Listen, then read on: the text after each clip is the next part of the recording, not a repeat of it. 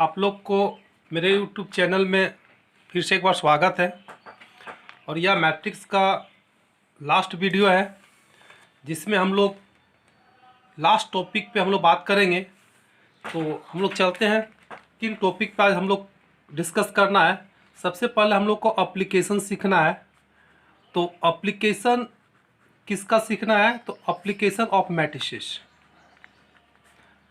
हम लोग अभी तक मैट्रिक्स के हर एक टॉपिक को, हर एक चैप्टर को देखें।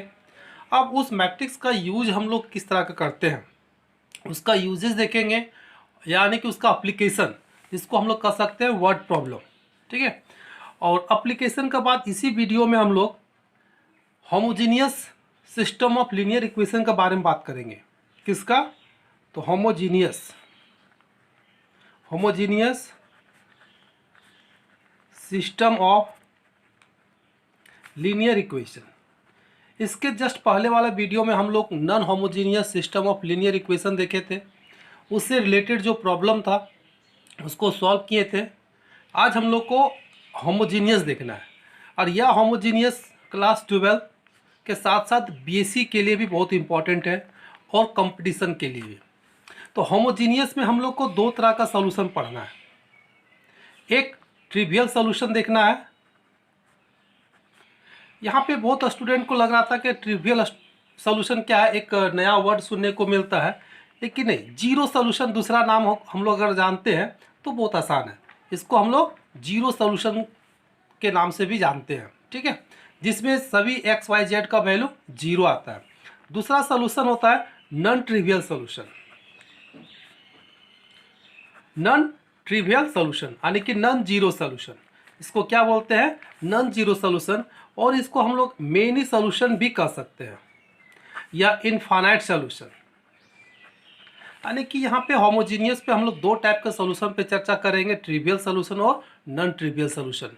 ठीक है, और इसका एक्सरसाइज भी देखेंगे और प्रॉब्लम को भी हम लोग सॉल्व करते हैं। तो अभी तक अगर हमारे वीडियो को अगर लाइक नहीं किए होंगे तो लाइक करें, सब्सक्राइब करें और अपने दोस्तों को भी जरूर शेयर करें। तो चलिए हम लोग शुरू करते हैं एप्लीकेशन ऑफ मैट्रिसेस। देखिए, एप्लीकेशन ऑफ मैट्रिसेस क्वेश्चन बहुत आसान है। जो हम लोग इसके पहले वाले वीडियो में non homogeneous system of linear equation को सॉल्व किए थे, उसको पहले सीखना जरूरी है, क्योंकि यह एप्लीकेशन ऑफ मैट्रिक्स जो है हम लोग उसी कंसेप्ट से ही बनेगा। सिर्फ एक स्टेप हम लोग को अपने से करना है, बाकी सारा प्रोसेस पिछले वाले कंसेप्ट से ही बनेगा। तो अभी तक अगर हमारे पिछले वाला वीडियो अगर आप नहीं देखे होंगे नॉन होमोजीनियस का, तो जाके देख ले, समझ ले, तो एप्लीकेशन ऑफ मैट्रिसेस अपने आप बन जाएगा। तो उसका लिंक डिस्क्रिप्शन में दिया हुआ है, वहाँ से भी जाके आप देख सकते हैं। तो चलिए हम लोग बात करते हैं application of matrices. Application of matrices क्या होता है?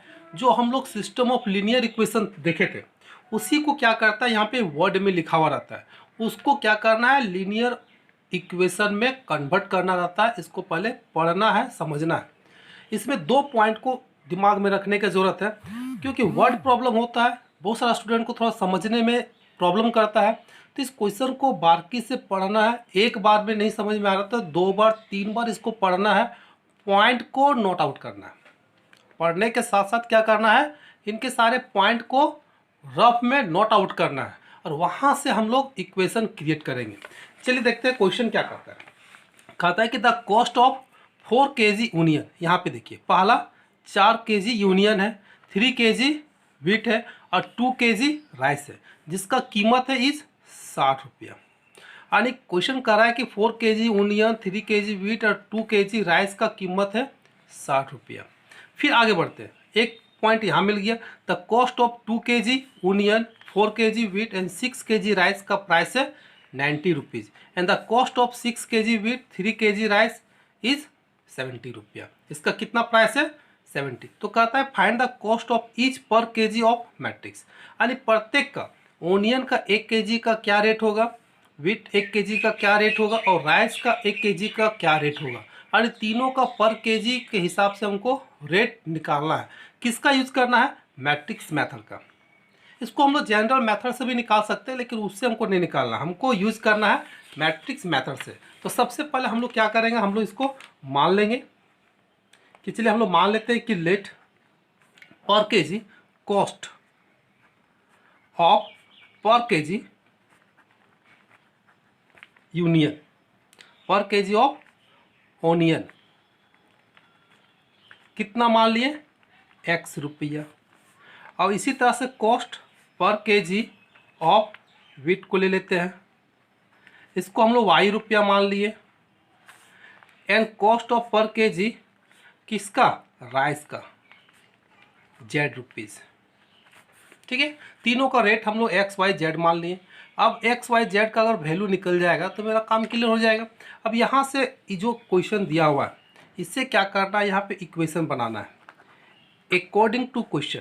पहला लाइन हम लोग क्या पढ़े थे, 4 kg ओनियन, 1 kg का दाम कितना है, x रुपया, तो 4 kg का दाम कितना हो जाएगा, 4x। क्लियर है। 3 kg वीट, 3 kg वीट यानी 1 kg का दाम y है, तो 3 kg का कितना हो जाएगा, 3y हो जाएगा। 2 kg का कितना हो जाएगा, 2z हो जाएगा। और टोटल कॉस्ट देखिए यहाँ दिया हुआ है कितना, 60 रुपीज़। आगे फिर बढ़ना है, the cost of 2 kg onion, तो क्या हो जाएगा, 2x हो जाएगा। 4 kg वीट तो क्या हो जाएगा, 4y हो जाएगा। और 6 kg राइस तो 6z हो जाएगा। कितना प्राइस है इसका, 90 रुपीज़। क्लियर। हम लोग फिर आगे बढ़ते, देखिए 2 kg, 4 kg, 6 kg का कितना है, 90 रुपीज़। फिर यहाँ पे क्वेश्चन क्या कर रहा है, the cost of 6 kg wheat 3 kg rice is 70 rupees.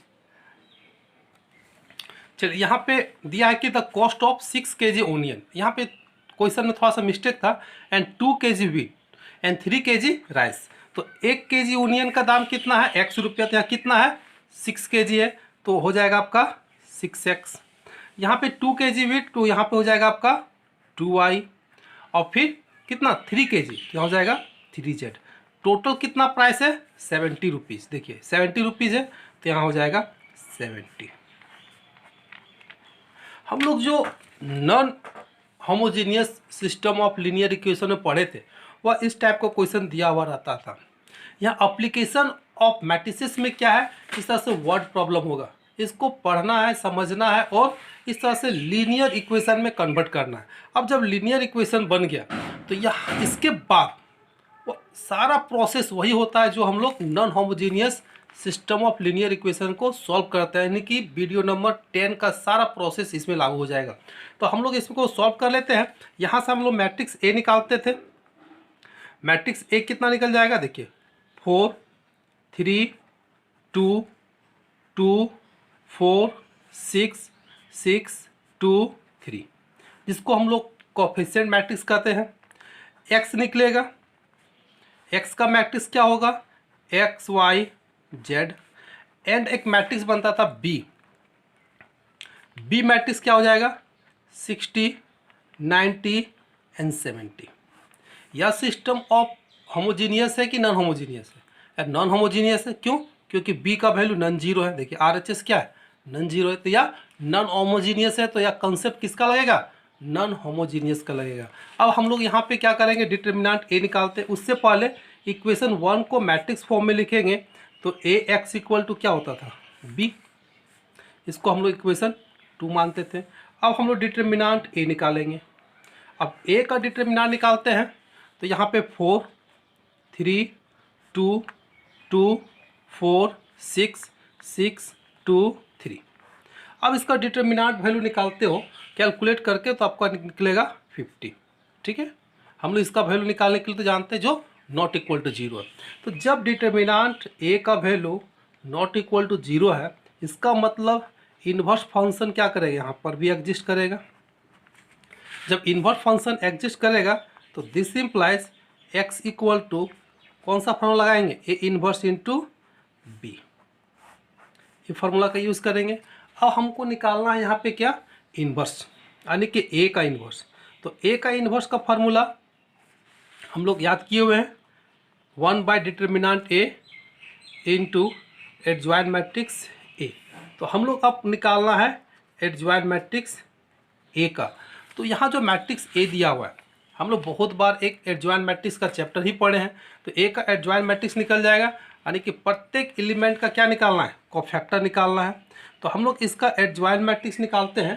तो एडजॉइंट मैट्रिक्स में आपका आ जाएगा, देखिए 0, 30। चलिए यहाँ पे हम लोग एडजॉइंट मैट्रिक्स ए निकाल लिए, जिसका निकला था कोफैक्टर 0, 30, -20, -5, 0, 10, 10, -20 और 10। इसका ट्रांसपोज मैट्रिक्स निकालेंगे तो जो रो है उसको कॉलम में कन्वर्ट कर देंगे, तो इस तरह से मैट्रिक्स बनेगा 0, -5, 10, 30, 0, -20, -20, 10 और 10। तो एडजॉइंट मैट्रिक्स निकल गया।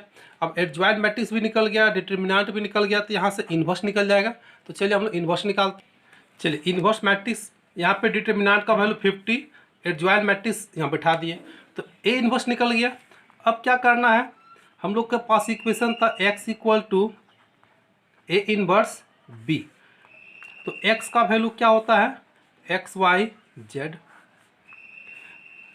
इनवर्स का कितना है 1/50, डिटरमिनेंट 0, -5, 10, 30, 0, -20, -20, 10, 10 इंटू बी मैट्रिक्स हम लोग तो पहले निकाल चुके हैं। बी का मैट्रिक्स का वैल्यू कितना था हम लोग के पास, 60, 90 और 70 यही था ना। अब क्या करना है, इसको मल्टीप्लाई करना है। तो मल्टीप्लाई करेंगे, कैलकुलेट करेंगे। तो चलिए दोनों को हम लोग क्या पहले मल्टीप्लाई कर लेते हैं, इस मैट्रिक्स को और इसको, दोनों को क्या करना है मल्टीप्लाई करते हैं। चलिए मल्टीप्लाई करते हैं। तो चलिए मल्टीप्लाई करेंगे तो 250, 400, 400, फिर 50 से डिवाइड करेंगे तो कटेगा 0, 0, 5, 8 × 5 = 40, यहाँ से भी 8 × 40, यानी कि रिजल्ट कितना आ गया मेरा 588। ठीक है, इसको हम लोग सॉल्व करेंगे। इक्वल मैट्रिक्स का आप देखिए यहाँ पे कंसेप्ट आ गया, यानी कि सारा प्रोसेस पिछला वाला वीडियो का ही सारा प्रोसेस है। ठीक है, अब दिस इम्प्लाइज x = कितना 5, y = कितना 8 और z = कितना 8। यानी कि हम कह सकते हैं कि 1 kg ओनियन का दाम 5 रुपया, 1 kg वीट का दाम 8 रुपया और 1 kg राइस का दाम 8 रुपया। ऐसी तो यहाँ तो बहुत सस्ता बता रहा है, इतना सस्ता तो है नहीं, लेकिन हमको उससे मतलब नहीं, हमको यहाँ रिजल्ट से मतलब है। फिर चेक करके देख सकते हो कि मेरा जो रिजल्ट है सही है या गलत है। तो यह था तुम्हारा एप्लीकेशन ऑफ मैट्रिसेस। इसके बाद अभी हम लोग देखेंगे homogeneous system of linear equation. चलिए बने रहे। तो चलिए हम लोग शुरू करते हैं homogeneous system of linear equation. और एप्लीकेशन ऑफ मैट्रिसेस का हम अगर उस पर पकड़ बनाना चाहते हो तो क्वेश्चन को ज़्यादा प्रैक्टिस करो। जितना ज़्यादा प्रैक्टिस करोगे उतनी ज़्यादा आपका कंसेप्ट क्लियर होगा। तो homogeneous system of linear equation का बात करते हैं। तो हम लोग सिस्टम ऑफ लीनियर इक्वेशन को मैट्रिक्स फॉर्म में लिखते थे। किस फॉर्म में, इसमें Ax = b। तो होमोजीनियस कब कहलाता था, देखिए हम लोग याद किए थे कि होमोजीनियस तभी होता है जब b का वैल्यू क्या होगा 0 होगा। तो b का वैल्यू जब 0 हो जाएगा तो यानी कि Ax = 0 होगा, यानी RHS का भाग क्या होता था 0 होता था। अब यहाँ पे दो टाइप का कंसेप्ट है। जब होमोजीनियस Ax = 0 होता है तो यहाँ पे दो तरह का कंडीशन क्रिएट होता है। इसको हम चार्ट के माध्यम से समझते हैं और बहुत इजीली से हम लोग याद कर सकते हैं। ठीक है, बहुत आसान है, इतना आसान मैथ कभी नहीं मिलता है, बस समझते जाना है। अब यहाँ पे देखिए ए का हम लोग काम करते थे, यहाँ पे डिटरमिनेंट ए निकालते थे, शुरू से हम लोग यही काम करते हैं। तो डिटरमिनेंट इसमें भी निकालेंगे तो दो कंडीशन हो सकता है, डिटरमिनेंट का वैल्यू 0 आ सकता है या 0 नहीं आ सकता है। तो हम लोग जब 0 नहीं आएगा, क्या जब डिटरमिनेंट ए का वैल्यू 0 नहीं आएगा तो समझना है कि सिस्टम कैसा सॉल्यूशन देगा, तो ट्रिवियल सॉल्यूशन देगा। कैसा सॉल्यूशन देगा, ट्रिवियल सॉल्यूशन। ठीक है, यानी कि जिसको हम लोग बोलते हैं जीरो सॉल्यूशन। क्लियर है। तो जैसे डिटरमिनेंट ए का वैल्यू नॉट इक्वल टू 0 आ गया, हम लोग लिख देना है कि सिस्टम हैज़ ट्रिवियल सॉल्यूशन और देयरफॉर कुछ नहीं करना है, एक्स का वैल्यू 0, वाई का वैल्यू 0 और जेड का वैल्यू 0 लिख देना है। क्लियर है। फिर हम लोग एक बात करते हैं, ए मैट्रिक्स का डिटर्मिनेंट निकालना है। अगर जीरो नहीं आता है, नॉन जीरो आता है, तो मतलब सॉल्यूशन ट्रिवियल होगा। ट्रिवियल कहने का मतलब सारा का value x y z zero हो जाएगा। क्लियर है। दूसरा कंडीशन में आते हैं, जब डिटर्मिनेंट का वैल्यू क्या होगा, जीरो हो जाएगा, तब कैसा सॉल्यूशन देगा, तो यहाँ पे नॉन ट्रिवियल सॉल्यूशन देता है। कैसा सॉल्यूशन देता है, तो नॉन ट्रिवियल सॉल्यूशन, जिसको हम लोग बोलते हैं नॉन ट्रिवियल सॉल्यूशन, यानी कि नॉन जीरो, जिसको हम लोग मेनी सॉल्यूशन भी कहते हैं। यानी कि यहाँ पे x का बहुत सारा वैल्यू दे सकता है, ठीक है, इनफाइनाइट वैल्यू आएगा। तो अब उसका वैल्यू हम लोग कैसे निकालेंगे, तो इसका निकालने का सबसे आसान तरीका हम लोग क्या करेंगे, अभी 3 इक्वेशन होगा, 3 वेरिएबल होगा, तो 3 इक्वेशन 3 वेरिएबल को सॉल्व करने के लिए इसको हम लोग चेंजिंग करेंगे। किसी एक को हम लोग मान सकते हैं z, x, y, किसी को एक कांस्टेंट मान लेते हैं। अगर हम लोग z को मान लेते हैं k, z को क्या मानते हैं k, तो इसका मतलब अब जो इक्वेशन 3 का था, जो 3 इक्वेशन था, वो कन्वर्ट हो जाएगा किस में, 2 इक्वेशन में। किस में कन्वर्ट हो जाएगा, 2 इक्वेशन में। अब जैसे 2 इक्वेशन में कन्वर्ट हो जाएगा, तो फिर हम लोग यहाँ पे लगा देंगे नॉन होमोजीनियस का कंसेप्ट। किसका लगा देंगे, नॉन होमोजीनियस का, याद रखना है, नॉन होमोजीनियस का कंसेप्ट को अप्लाई करेंगे और फिर वहाँ से सॉल्व करके एक्स वाई जेड का वैल्यू निकालेंगे। तो जो एक्स वाई जेड का वैल्यू आएगा वह हमेशा के टर्म में आएगा। किस टर्म में आएगा, तो के टर्म में आएगा। तो के कोई फिक्स वैल्यू नहीं है, के का वैल्यू जैसे वेरी करेगा एक्स का वैल्यू वैसे वेरी करेगा। यानी के का वैल्यू 10 तो एक्स का वैल्यू 10, के का वैल्यू इनफाइनाइट तो एक्स का वैल्यू क्या हो जाएगा, इनफाइनाइट। तो इसलिए इसको बोलते हैं इनफाइनाइट सॉल्यूशन या मेनी सॉल्यूशन। तो यहाँ होमोजीनियस बस इतना ही है। यहाँ पे 2 टाइप का क्वेश्चन मिलेगा। पहला टाइप में जब डिटर्मिनेंट नॉट इक्वल टू 0 होगा तो उसका आंसर सीधे 0 0 हो जाएगा। जब डिटर्मिनेंट का वैल्यू 0 हो जाएगा तो वहाँ पे इनफाइनाइट सॉल्यूशन आएगा, और उस इनफाइनाइट सॉल्यूशन निकालने के लिए जेड को के मान लेंगे। ऐसे यहाँ पे एक्स को भी मान सकते हो, वाई को भी मान सकते हो, ठीक है। अब 3 जो इक्वेशन था वह कन्वर्ट हो जाएगा 2 इक्वेशन में। किसी एक इक्वेशन को रिमूव कर देना है। अब 2 इक्वेशन 3 में से किसी 2 को ही लेना है, दोनों का आपस में सॉल्व करके एक्स वाई जेड का वैल्यू निकालना है। तो किस प्रोसेस से, पूरा नॉन होमोजीनियस के प्रोसेस से ही काम होगा। तो यह था तुम्हारा होमोजीनियस का कंसेप्ट। हम इसके प्रॉब्लम पे चलते हैं और ज़्यादा क्लियर हो जाएगा। इस चार्ट को लिख ले, समझ ले कि इसी चार्ट पे पूरा होमोजीनियस का क्वेश्चन बनने वाला है। यह बहुत इंपॉर्टेंट चार्ट है, ठीक है, इसको नोट कर लीजिए। हम लोग इसका प्रॉब्लम देखेंगे। देखिए होमोजीनियस का इक्वेशन कहता है solve the system of homogeneous equation 2x + 3y - z = 0, x - y - 2z = 0, 3x + y + 3z = 0। अब इसको सॉल्व करना। यहाँ पे देखिए RHS में क्या है, 0 0 है। इसका मतलब इक्वेशन क्या है, होमोजीनियस है। क्लियर हो गया। अब हम लोग को सारा वही प्रोसेस होगा। आप सॉल्व करेंगे, इसको हम लोग इक्वेशन 1 मान लेंगे। यहाँ से मैट्रिक्स ए बनाते हैं। मैट्रिक्स ए बनाने के लिए तो सबको पता है कि 2 3 -1 1 -1 -2, यहाँ से 3 1 और 3। देखिए 2 3 -1 कोफिशिएंट को लिए, देखिए मैट्रिक्स ए बन गया। एक्स मैट्रिक्स बनेगा। एक्स में क्या वेरिएबल का यूज़ किया गया, एक्स वाई जेड। तो एक्स वाई जेड। यहाँ पे बी लेंगे तो बी क्या होगा, 0 0 0, यानी कि 0 मैट्रिक्स होगा। तो देयरफॉर अब जो मैट्रिक्स बनेगा ए एक्स इक्वल टू क्या बनेगा, 0 मैट्रिक्स बनेगा, क्योंकि 0 मैट्रिक्स हो गया। देखिए होमोजीनियस का कंडीशन नहीं था। हम लोग को अब क्या करना है, डिटर्मिनेंट निकालना है। किसका, डिटर्मिनेंट यानी कि ए का। तो 2 3 -1 1 -1 -2 3 1 3। अब इसका डिटर्मिनेंट का वैल्यू निकाल के देखते हैं कि 0 आता है या 0 नहीं आता है। तो चलते इसका डिटर्मिनेंट निकालते हैं। देखिए इसका डिटर्मिनेंट निकाले हम लोग तो कितना निकला, -33, जो नॉट इक्वल टू 0 है।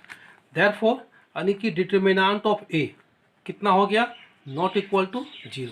तो जब determinant A not equal to 0 होता है तो हम लोग क्या याद किए थे कि सॉल्यूशन ट्रिवियल सॉल्यूशन देगा। सिस्टम क्या देगा, ट्रिवियल सॉल्यूशन। तो देयरफॉर द सिस्टम कौन? Equation 1 has only trivial solution. कैसा सोल्यूशन देगा? ओनली ट्रिवियल सोल्यूशन देगा। दैट इज x का वैल्यू भी 0, y का भी वैल्यू 0 और z का भी वैल्यू 0। बैठा के देखिए यहाँ पे 0 0 सेटिस्फाई कर रहा है कि नहीं।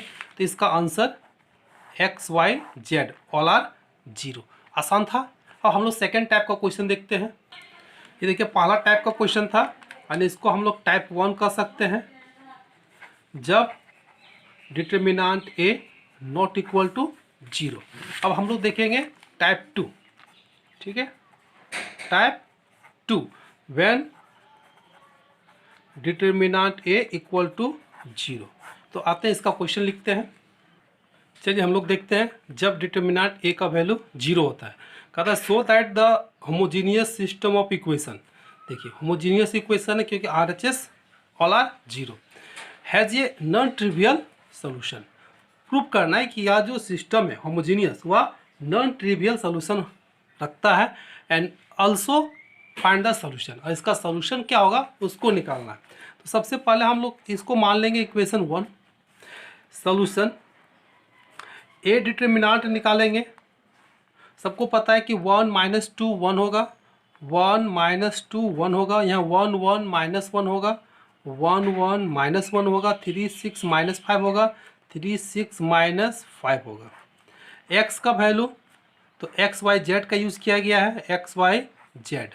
बी का वैल्यू 0 होगा, यानी कि देयरफॉर यहाँ पे ए एक्स इक्वल टू 0 मैट्रिक्स बनेगा जो क्या है? होमोजीनियस है। अब मैट्रिक्स ए निकल गया तो मैट्रिक्स ए का क्या निकालना है? डिटर्मिनेंट निकालना है। तो डिटर्मिनेंट 1 - 2 1 1 1 -1 3 6 -5। हम लोग यहाँ 1 लेंगे तो इधर से हो जाएगा -5 +6। फिर यहाँ पे माइनस माइनस प्लस हो जाएगा, 2 लेंगे तो इधर से मल्टीप्लाई होगा -5, इधर से हो जाएगा +6। फिर हम लोग 1 को लेंगे तो इधर से 6 हो जाएगा, इधर से 3 हो जाएगा। चलिए यहाँ पे क्या हो जाएगा? 1 बचेगा, यहाँ पे -2 तो -4 हो जाएगा, यहाँ पे 2 बचेगा। ठीक है, यहाँ पे 4 1 तो यहाँ पे -2 2 2 जा 4, यहाँ पे 3 बचेगा। तो चलिए देखिए 4 - 4 कितना हो गया? 0। यानी कह सकते हैं कि डिटर्मिनेंट ए का वैल्यू कितना आ गया? 0। इसका मतलब जो homogeneous system of linear equation है कैसा सोल्यूशन रखेगा? तो नॉन ट्रिवियल सोल्यूशन। प्रूफ हो गया। डिटर्मिनेंट का वैल्यू 0 आ गया तो हम लोग लिख सकते हैं देयरफॉर कि the given system of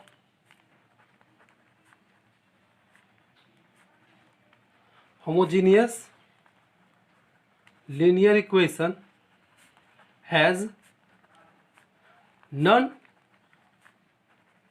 trivial solution। यानी कि हम लोग कह सकते हैं इसको मेनी सोल्यूशन। पहला पार्ट प्रूफ हो गया।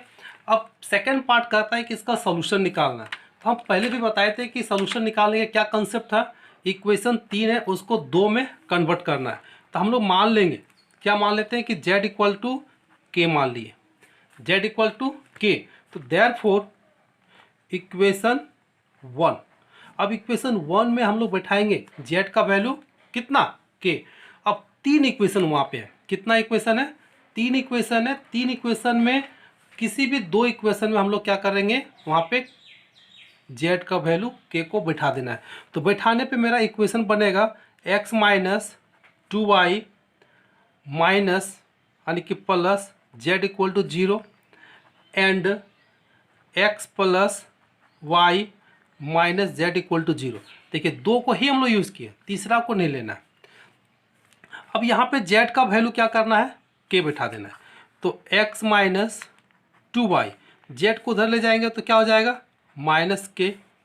फिर इसको x प्लस वाई उधर ले जाएंगे तो k।